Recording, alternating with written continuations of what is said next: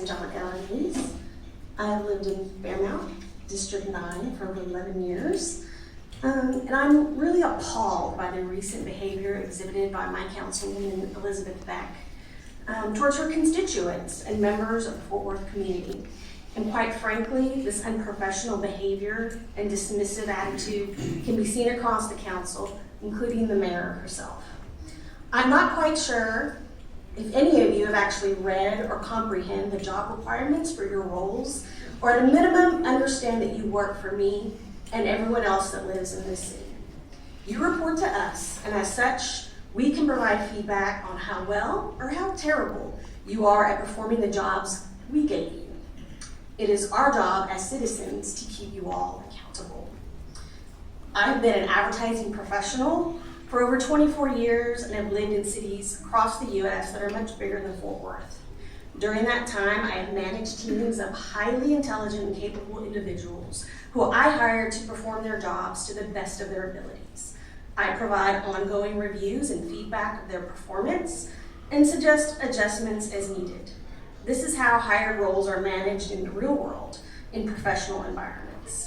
City council meetings are not your birthday parties for you to praise and celebrate each other for all the events you attended in the last month. They are for you to listen to the community and hear them. Instead, you have ridiculed and chastised constituents who are actually on your side of the issue. Why? Because you're a woman and only women can speak or support women-related issues? Seriously, how small-minded of you. I would think that in these times, we all need as much support as we can get and look to become allies for each other. Your actions during recent council meetings— Ms. Eloise, I've consulted with the city attorney. It is fine for you to criticize the job, but you're getting personal, and I encourage you to stick to the topic in terms of job performance. Sure. She need more time since you cut off. Did she get more time?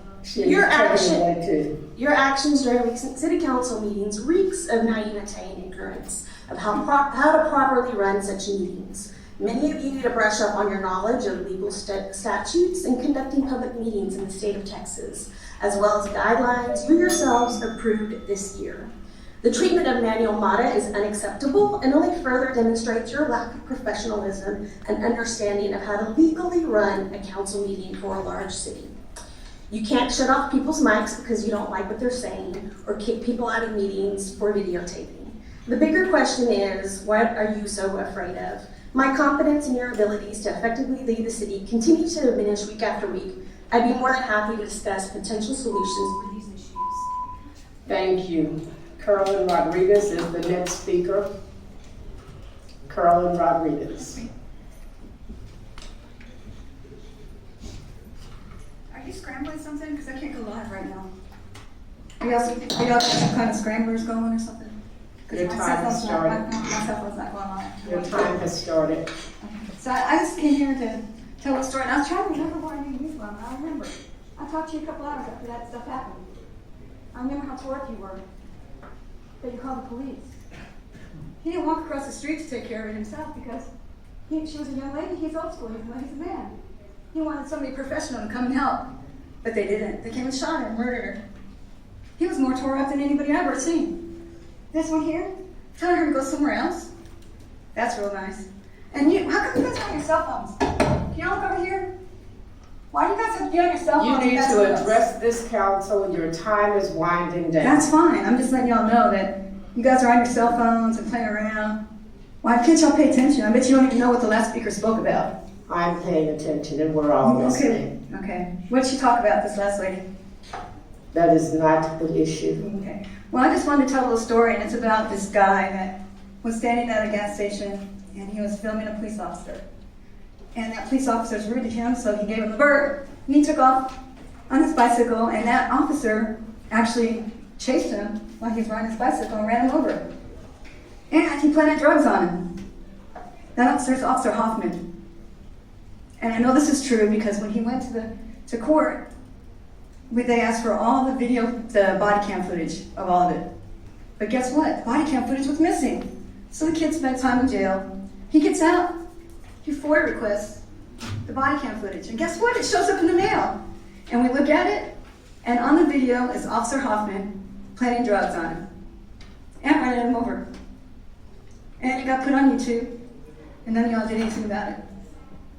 We got a city manager that gets paid, what, $1,700 a day he pays himself?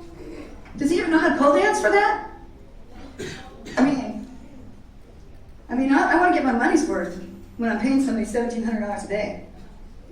Can somebody at least go tell the chief of police to do something about it? Because he's still riding around in his little squad car, probably assaulting that lady back there. Since y'all like to assault women, the cops do. So when are y'all going to do something about it? Why are you still texting me, sir? Look at me. I'm talking. It's my You turn. need to It's back focus you. to us, You need to focus on me. This is my time, and y'all are just playing around back and there. I'm looking at you. You're looking at me, but he's not. That's okay. I'll She's been on her focus. cell phone the whole time. That's He's looking okay. at me with rolling eyes. You don't care what the citizens say. What's You your don't time care. remaining? I'm done. 20 seconds. Okay. Thank you, Ms. Rodriguez. Gerald Banks, Quit next cutting speaker. the mics. Quit cutting the mics on. Gerald Banks.